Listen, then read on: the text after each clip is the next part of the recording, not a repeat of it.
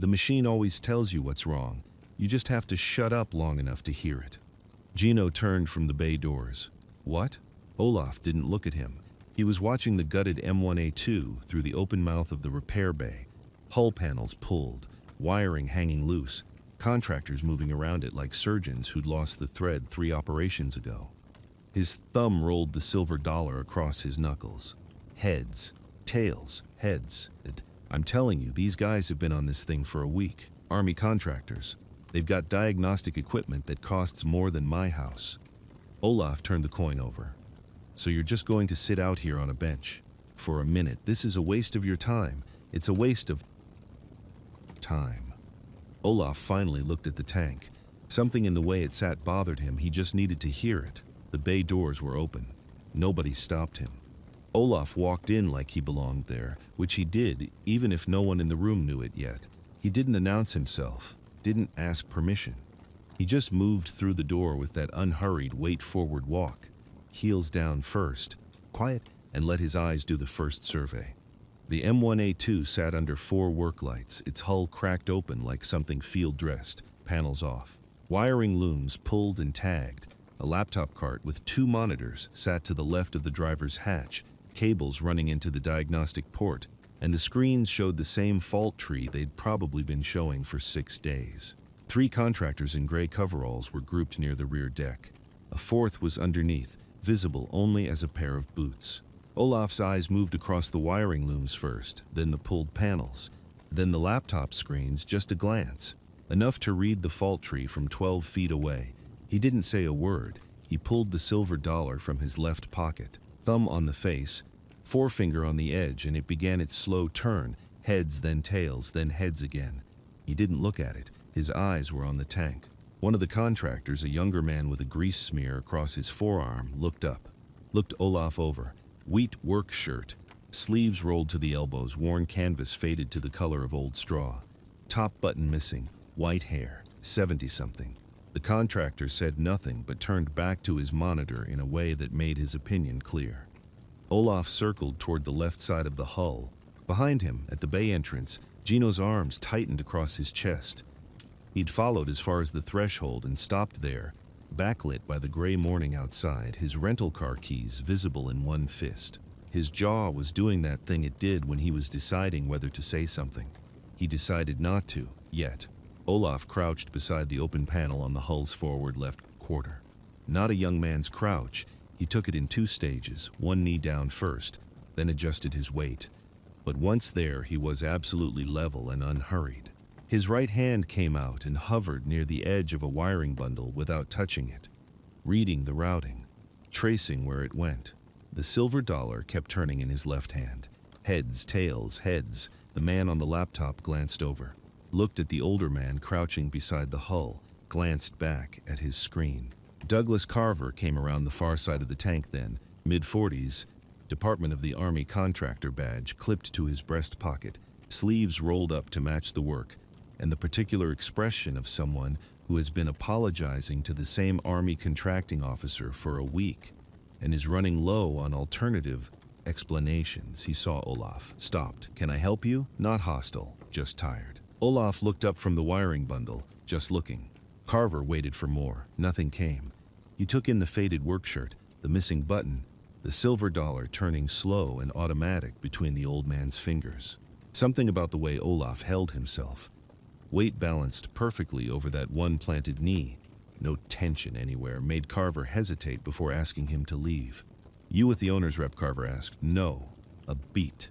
The silver dollar turned. "You know Abrams Systems?" Olaf looked back at the hull, ran his eyes along the wiring bundle the way you'd read a sentence you wanted to remember. "Some," he said. Gino exhaled from the doorway, quiet but audible, the sound of a man already bracing for embarrassment. Olaf crouched at the open hull panel without ceremony. No groan, no hand bracing against the tank's flank. He just went down, knees bending like a man who'd done this particular motion 10,000 times on cold concrete in worse places than this. His left hand found the edge of the access opening. His right hand was already moving, working the silver dollar back into his shirt pocket with 2 fingers, making room. He leaned in, The wiring runs inside the lower hull junction were a tangle of black and gray conduit, most of them tagged with the contractor's colored tape, red for checked, yellow for suspect, white for inconclusive. There was a lot of white tape, more white than anything else, which told its own story. Olaf didn't touch anything, not yet. He just looked. For the contract technicians, young guy, maybe 30, safety glasses pushed up on his forehead, drifted closer and crossed his arms. Not hostile. Curious, maybe. Or waiting to see what the old man in the canvas shirt was going to do that 7 days of diagnostic software hadn't. Olaf reached into his left shirt pocket and came out with a folded square of paper. Not a form, not a printout. Just paper, the back of what might have been a grocery receipt. He unfolded it against his thigh with one hand. From somewhere, a stubby carpenter's pencil appeared between his fingers. He started drawing, not sketching, drawing. The pencil moved with no hesitation, laying down a wiring schematic from memory. Left branch, right branch, the auxiliary loop, the ground path, the junction points. His hand didn't pause to think. It was the same way he'd oriented the silver dollar by touch in his pocket. No looking down, no checking. His hands already knew. The young technician with the safety glasses stopped pretending to be casual. He leaned forward. Another contractor came over from the diagnostic station. Then a third, drifting close enough to see the diagram without asking to. Olaf added a small notation at one junction point, a circle, 2 lines, an arrow indicating a bypass path that wasn't on any of the contractor's working schematics. He didn't explain it. He just put the pencil down on the concrete next to his knee and kept studying the panel. At the supervisor's station, a raised platform with a workbench and a monitor. Douglas Carver had been watching since Olaf walked to the hull. Carver was mid-50s, gray at the temples, the kind of man who kept his expression controlled the way a long-tenured manager does after enough years of knowing that everything he shows gets used. He'd said almost nothing since Olaf entered. He'd just watched. Now he watched the schematic. He watched the 3 technicians quietly cluster around a folded grocery receipt with a hand-drawn wiring diagram on its back, and his expression did something careful and almost involuntary. His jaw tightened, then released. His eyes moved from the diagram to Olaf's hands to the open hull panel and back again. He picked up his tablet. He didn't make an announcement. He didn't ask Olaf anything. He just crossed to the corner of the station platform, angled the tablet slightly away from the floor, and typed something, a search or a form or a request. Whatever it was, it took him less than 45 seconds. When he finished, he set the tablet face down on the bench and went back to observing. From the doorway, Gino hadn't moved, arms still crossed. His gaze moved from his father's back to the contractors hovering around the scrap of paper, and something in his posture shifted. Not softening, not yet, but the simple sureness he'd carried in from the parking lot had developed a small crack, the kind a man doesn't acknowledge yet because he doesn't know what's on the other side of it. He watched his father reach into the hull again. Dad. Gino's voice came low, clipped. The kind of voice a man uses when he's trying not to make a scene while actively making one. Can I talk to you for a second? It wasn't a question. Olaf straightened from the hull opening, unhurried. He tucked the scrap of paper back into his shirt pocket with one hand and turned to face his son, and the silver dollar was already moving again between his fingers without him seeming to notice it. Heads. Tails. Heads. Gino stepped close enough to keep it quiet. You need to stop. Stop what? This. A tight gesture toward the tank, the contractors, the bay in general. You're poking around in a military contract repair operation like you own the place. And these guys have been at this for a week. They don't need they don't need somebody second-guessing their methodology. Olaf turned his eyes on his son and held them there. Fully present, fully landed. His gaze carried a specific quality of attention that bore no relation to warmth and bore no relation to anger. Just wait. Like a door that had been asked to open too many times and had learned to hold its frame. You drove me here, Olaf said. Mom asked me to. I said I would. That doesn't mean, Jacques. The voice came from behind them. Jacques Orsini, contractor lead, a trim man in his 50s with reading glasses pushed up into his hair and a manner that said he was accustomed to being the most, technically, credentialed person in any room.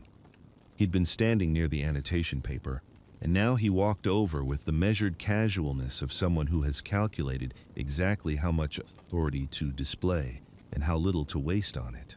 He addressed Gino, not Olaf, which told you everything. Your father's enthusiasm is noted, Orsini said. He had a habit of pausing after key words, as if the pauses were doing structural work. But what he's annotated there, that's Monday morning quarterbacking. From someone who hasn't had his hands on one of these systems in 30 years. A brief, polished turn toward Olaf. The kind of almost acknowledgement a man gives a waiter. We appreciate you taking a look, genuinely. But my team has run full diagnostic cycles on every subsystem in the fire control loop. The annotation is pointed at a ground fault location that our equipment has already cleared. Olaf didn't respond immediately. He turned the coin once more, then he put it in his pocket. Your equipment cleared the sensor loop, it said, or the ground strap junction.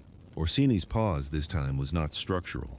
It was small and involuntary, and it closed up fast. The junction is part of the loop, not on the modified variants. Orsini weighed him briefly, then decided that engaging further cost more than it returned. He gave Gino a brief, diplomatic nod, the kind that says, "You see what I'm dealing with," and turned back toward his team. Gino exhaled. He turned to his father, and the embarrassment had settled now into something harder. Dad, come on. The man just told you politely to let them work. Can we please not do this? Olaf looked at the tank, the hull access panel still open. The mess of wiring the team had been chasing for 7 days. His jaw moved once, like he was weighing something that couldn't be put on a scale. Gino? His voice was even, quiet the way a room gets quiet when something heavy has been set down on it. When's the last time I was wrong about a machine? Gino drew a breath and let it go without using it. Something passed across his face that he covered quickly. He shook his head, looked away toward the far wall. He didn't answer. Gino straightened, took a breath.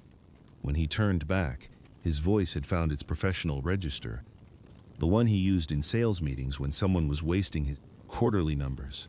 Pop flat. Practice, these aren't amateurs. Orsini's team has 3 certified master technicians, 2 of them former Army MOS 91A, and a diagnostic suite that cost more than your house. They've run the fault tree twice, complete, both times. He ticked points onto his fingers without looking at them, the way men do when they've rehearsed the argument in the car. 7 days, 50,000 in labor and parts. The Army's own techs couldn't find it before they brought the contractors in, and those guys spend their careers on these machines. He paused. You retired before most of them finished high school. Olaf had turned back to the hull. He was leaning slightly forward, head angled, listening to something Gino couldn't hear. The silver dollar moved. Heads, tails, heads. He reached out with 2 fingers and pressed them lightly against a cable run near the lower access panel. Not grabbing, not pulling, just contact, reading. Did you hear me? Gino said. I heard you. Olaf didn't look up. Gino exhaled through his nose. He looked over his shoulder toward the bay entrance like he was calculating the distance back to the parking lot and whether the dignity loss was worth the car keys. He turned back. You're going to embarrass yourself. Again, I'm trying to stop that. One of the younger contractors, a kid in a gray Carhartt with a grease smear across his forearm, had drifted a few feet closer than he needed to be. He wasn't looking at the hull. He was watching Olaf's hands. Gino noticed and lowered his voice. Dad. Come on. Across the bay, Douglas Carver wasn't watching either of them. He was looking at his tablet. The partial return had come back 40 seconds ago, and he'd read it twice, and both times it gave him the same feeling. The specific flatness behind the eyes that a man gets when something doesn't add up and he can't immediately identify the column the error is in. The return wasn't wrong exactly. It just wasn't complete. There was a flag he hadn't seen before on a civilian records pull. A Department of Defense notation, small, alphanumericus, the kind that didn't appear on standard separation paperwork. He tapped the query again and escalated the clearance tier. The wheel spun. Then a second wheel beneath it. The system was pulling from a deeper registry than a standard DD2 fiend. Carver set the tablet face down on the supervisor's console very quietly. He looked across the bay at the old man in the wheat-colored shirt, who was now crouching at the base of the hull with his ear, maybe 4 inches from the open access panel, silver dollar held loose in his left hand, right hand doing nothing at all except resting, palm open. against the cold steel of the hull wall. Not testing. Carver had been in this bay for 6 days. He'd watched 4 technicians, 2 Army warrant officers, and 1 very expensive laptop tell him where this fault was not. He'd developed a working theory and then watched the theory fall apart twice. He knew what a man looked like when he was running a diagnostic algorithm, and what a man looked like when he was reading something the algorithm couldn't see. He picked the tablet back up. The secondary return was loading. Gino had crossed his arms again. He was staring at the back of his father's neck. There was something in his face now that hadn't been there 30 seconds ago. Not anger exactly, not quite embarrassment. Something more unsettled. Like a man who has said a thing with total confidence and is now, very quietly, hoping he was right. The tablet buzzed in Carver's hand. He read the first line. His thumb stopped moving. "And I'm telling you, Dad, just sit down. Let them finish. You've made your point and nobody's impressed, so just hold on." Carver's voice cut across the bay floor like a wrench dropped on concrete. Not loud, just flat and final in a way that stopped everything. Gino turned. Jacques Orsini turned. The 2 technicians under the rear hull access panel rolled out on their creepers and looked up without being asked. Even the fluorescent light above the tank's open turret ring seemed to buzz a half note higher in the sudden quiet. Carver was standing in the bay entrance, tablet held in both hands, held the way you hold something when you're not sure yet what it is. His face had a specific kind of neutrality to it, the kind that isn't calm at all, the kind that's actively working to stay arranged. "I need a minute," he said. "Everybody just hold where you are." Gino's mouth was still open on the word he hadn't finished. He closed it. Olaf hadn't moved from his post alongside the hull. He'd heard Carver's footsteps before the man had reached the bay entrance. There was a particular echo in corrugated steel buildings that carried weight differently, depending on what a man was carrying when he walked. And he'd turned, his head a degree or 2 toward the door a full second before anyone else registered the return. His thumb had already found the silver dollar in his pocket. He didn't pull it out, just rested his thumb on it. Carver walked the length of the bay floor slowly. He passed the workbench with the pulled fire control harness laid out across it. He passed Orsini without looking at him. He stopped about 8 feet from Olaf, which was close enough for a conversation and far enough that it wasn't quite one. He looked down at the tablet, then up. "Mr. Langford," he said, "is there anything you want to tell me before I read this?" The question hung there. Gino frowned. Orsini shifted his weight. One of the technicians on the floor sat up slightly on his creeper, trying to see the tablet screen from 30 feet away. Olaf looked at Carver with the same expression he'd been wearing since he walked through the bay door. Unhurried, attentive, neither curious nor defensive. He took a slope through his nose. "Not particularly," he said. Carver nodded once, like that was the answer he expected and maybe the one he needed to hear. He looked back down at the tablet. His thumb moved across the screen, then stopped. He read something silently, and the line of his jaw tightened almost imperceptibly. "I'm going to need to make a call," he said, mostly to himself. "There's a portion of this file I can't read in here." Orsini's eyebrows went up. "What do you mean you can't read it in here?" "I mean exactly that." Carver's voice had gone careful in the way that technical people get careful when they're in new territory. "There's a classification hold on part of this record. DOD standing order. I have to step outside." He walked back toward the bay entrance. His footsteps were different this time, not hurried, but deliberate, like a man recalibrating. The door swung closed behind him with a low, resonant boom that carried up through the corrugated walls and faded into the rafters. Nobody said anything. Gino looked at his father. Olaf wasn't looking at him. He was watching the far wall, where a decade of hydraulic grease had darkened the concrete in a tide line along the floor. His left hand was in his pocket, his right hand hung loose at his side. Gino's mouth opened, closed again. The technician on the creeper lay back down, staring at the ceiling. Orsini set his pen on the workbench with a careful click. Outside, through the corrugated walls, the distant sound of Carver's voice, low, controlled, asking someone on the other end of a call to verify a record, carried faintly through the steel and then was gone. Carver came back through the bay door, with the tablet held in both hands and a kind of deliberate care in his step that had nothing to do with the uneven concrete floor. "I need everyone to hold where they are," he said. Not loud, not commanding, just certain. Orsini looked up from the workbench. The technician on the creeper stopped moving. Gino had been mid-word. Something about liability and 7 days of contracted hours, and the word simply died in the air. Carver stopped a few feet from Olaf. He glanced down at the tablet, then back up, then cleared his throat with a short, almost involuntary sound. "I submitted a records request on you about 40 minutes ago," he said to Olaf. "When I saw the annotation," Olaf said nothing. His thumb moved once across the surface of the silver dollar. "The initial return came back flagged at a clearance tier I don't hold, so I escalated it." Carver paused. "The full file requires a compartmented access to read. I can only give you the unclassified summary." Nobody in the bay moved. Carver looked down at the tablet. He read steadily, no theater in it, just the words. Olaf Raymond Langford, retired Master Gunnery Sergeant, United States Marine Corps, 28 years of service. He scrolled slightly, EOD Master Technician Qualification. Armored Vehicle Systems Cross-Certification, M6EA3, M1A1, M1A2 variants, with specific annotation for integrated electrical and hydraulic subsystems. He paused. Cross-trained during EOD integration program with armored units, depot-level systems work. One of the younger technicians had sat up slowly from where he'd been leaning against a tool cart.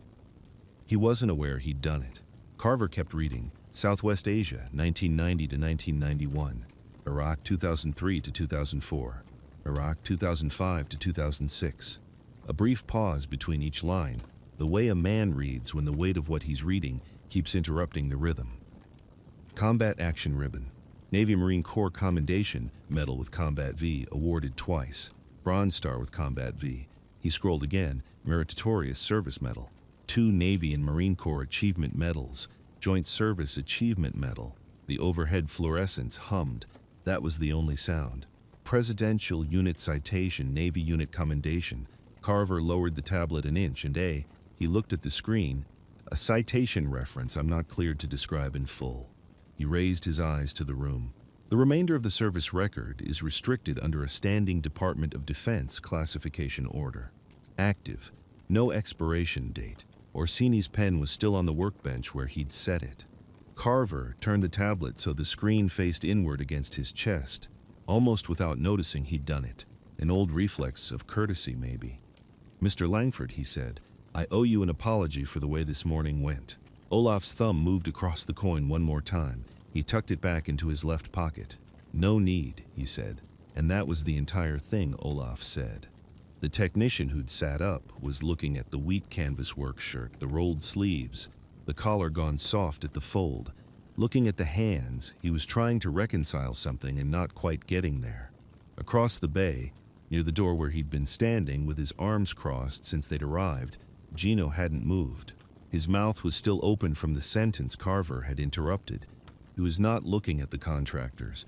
He was not looking at Carver. He was looking at his father, and his father was already turning back toward the gutted hull of the Abrams, arms easy at his sides, unhurried, as if the reading of the record had been a brief pause in weather and the actual work was still waiting to be done. Which it was. Someone handed him a pair of gloves, heavy nitrile, one size too large, and Olaf pulled them on without comment. Left hand first, then right. He didn't thank anyone. He just moved. The bay had gone quiet in a way that had nothing to do with noise level. The compressors were still running. Someone's radio was still on somewhere near the back wall. But the contractors had stopped moving, and that was its own kind of quiet. Olaf crouched at the hull access panel he'd been studying since he first circled the tank 40 minutes ago. The opening was low and tight, a rectangle of shadow just wide enough to work one arm and a shoulder into. He went in without hesitating, no shifting for position, no trial reach. He knew the depth, knew the angle. From 30 years of muscle memory that didn't care whether he'd touched one of these in 3 years or 3 decades, his shoulder disappeared into the hull. 10 seconds, 15. The silver dollar sat in his left hip pocket, and for once his thumb wasn't turning it, then quietly, there. He didn't pull his arm out. He spoke into the opening like he was talking to the machine itself. Ground strap junction. Port side, inboard of the auxiliary power relay. The strap is corroded through at the sleeve, not broken clean, just intermittent. Enough contact to clear diagnostics on a cold start, not enough to hold under load. Douglas Carver was already writing. The software won't see it, Olaf continued, because the sensor loop for that junction was bypassed during a depot modification. 2004, Camp Pendleton Maintenance Annex. They rerouted the auxiliary circuit to reduce thermal interference with the fire control upgrade. Sensible call at the time, but when they wrote the technical bulletin, they pulled the sensor from the diagnostic index and nobody put it back. He came out of the hull. In his right hand, between two gloved fingers, was a straightened paperclip, the kind you find in any supervisor's desk, bent once and flat. He went back in. The contractors looked at each other. One of them, the younger one near the diagnostic terminal, started to say something and stopped himself. 30 seconds passed. Then the auxiliary power panel on the Abrams left side gave a single, flat tone, a low procedural beep that every person in that bay recognized, and the system's indicators came up green. One by one, fire control, turret, hydraulics, auxiliary bus, all of them clean. Huh, said someone in the back of the bay, quietly, like he didn't mean to say it out loud. Olaf stood up. He peeled the gloves off, one finger at a time, and set them on the hull without looking for a place to put them. He turned to Carver. You'll want to document it as a legacy bypass fault. Technical Bulletin Armor 923 FIFU 294-20-4, dated March 2004. The modification number is in the appendix, Annex C, I think, page 31. Carver was already at his terminal. His fingers moved. He stopped. He read something on the screen. Page 32, Carver said without looking up. His voice had shifted, not deferential exactly, but careful. The voice of a man revising his assumptions in real time. Annex C, page 32. Everything else you said checks out, to the word. Olaf nodded once. The permanent fix is a new ground strap, properly sleeved, and a sensor loop restoration. Whoever does the repair should cross-reference the modification log and close the bypass officially. He paused. Otherwise, the next diagnostic cycle will pass it clean again, and you'll be back here in 8 months having the same week. He said it without edge. Just information. The kind of information that costs nothing to give when you've been carrying it for 20 years and never had anyone to give it to. He reached into his left hip pocket, and his thumb found the silver dollar without looking. The bay doors groaned on their track, and Stanley McAllister came through them without ceremony. No escort, no staff officer trailing behind him, just a depot commander in his 60s who'd gotten a phone call and come down himself. He was a tall man, gray at the temples, and he walked the way men walk when they've learned not to waste energy on appearances. He crossed the floor to Olaf. He didn't look at Carver, didn't look at Orsini or the contractors standing in a loose half-circle. He looked at Olaf and he extended his hand, and when Olaf took it, McAllister gripped it with both of his. I've been trying to track down someone who knew that modification since 2009, McAllister said. Not loud, not for the room. The last warrant who had it in his head retired and took it with him. We've lost 3 vehicles to that fault in the last 4 years. Sent 2 of them back to the manufacturer. Olaf nodded once. Hendricks, he said. Chief Warrant 3 Hendricks. He was at Red River when they cut the bulletin. McAllister's jaw shifted. You knew him, deployed with him. Gulf? The first one. Olaf's thumb was moving across the silver dollar in his palm, slow, automatic, heads to tails. Good man, good hands. McAllister looked at the coin for a moment, then back up. He said something else, quiet enough that the contractors couldn't hear it, and Olaf just dipped his chin. Then McAllister thanked him, plainly without theater, and walked to find Carver. Across the bay, Gino had not moved. He'd been standing near the far wall since Carver read the file aloud, and he was still there, not looking at his phone, not looking at anything in particular, just watching. His keys were in his hand and he was turning them over, the ring looping around one finger and back, over and over. Olaf pulled the borrowed gloves off, folded them, set them on the lip of the hull. He walked toward the door without announcing it. He passed within 10 feet of Gino, and Gino fell in beside him without a word. They came out into the afternoon. The concrete apron in front of the bay was empty, the air cold and flat and smelling of nothing. Olaf stopped a few yards from the entrance. He didn't keep walking, but he didn't turn around either, just let the distance settle between them and the noise inside. Gino said, "Why didn't you ever just tell me?" His voice was low, not angry, something past anger. Olaf looked down at the silver dollar in his palm, the eagle nearly gone. 33 years of turning it over in the dark and the heat and the sand and the waiting rooms of 100 facilities he'd never be able to name to anyone. He looked at it for a long moment. Because the things worth doing don't need an audience, Gino. He closed his fingers around the coin. I thought you'd figure that out watching me. A breath. That's on me. Gino didn't say anything. His keys had gone quiet. The silence between them was different from all the other silences. It didn't have distance in it. It had weight. The weight of something that had been in the air for 30 years finally coming down and settling where it belonged on both of them at the same time. Gino looked out at the apron. His throat moved. Olaf put the silver dollar back in his left pocket. He didn't offer anything else. There was nothing else to offer, and both of them understood that. They stood there in the cold, a father and a son on a concrete apron outside a bay full of people who had no idea what had just been said, and neither of them walked away. Gino drove home alone. He didn't turn on the radio. He didn't call anyone. He just drove, both hands on the wheel, watching the lines come and go in the headlights while the heater ran and did nothing useful about the cold he still felt. His father had mentioned the Veterans Workforce Skills Program once, maybe 4 years ago. Offhand, between bites at some holiday dinner Olaf had barely spoken at, Gino had nodded and changed the subject. He remembered that now. At the red light on Route 9 he stopped, and something made him reach for his phone instead of his keys. He found the number in under a minute. It hadn't taken research, it was just there. The dashboard threw amber across his hands and across the screen. Outside the windshield the light stayed red, no cross traffic, no hurry. Just the empty intersection and the idle of the engine and the particular silence of a car that has been driven in silence for 40 minutes. His thumb hovered over the number. He thought about a worn silver dollar, about an eagle rubbed nearly smooth, about a man who believed that doing the thing was enough. The light held.